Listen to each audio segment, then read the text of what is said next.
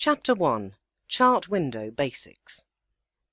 The bigger panel in the center of the screen is called Chart Window, and it displays the historical data of financial instruments. By right-clicking this section panel, a drop-down menu box will appear, and you will be presented with several options of customizing the interface panel. For example, if you right-click on a specific chart window, you can open your transactions by pressing the Trading a New Order option, or you can adjust the time frame of the chart displayed by clicking Periodicity.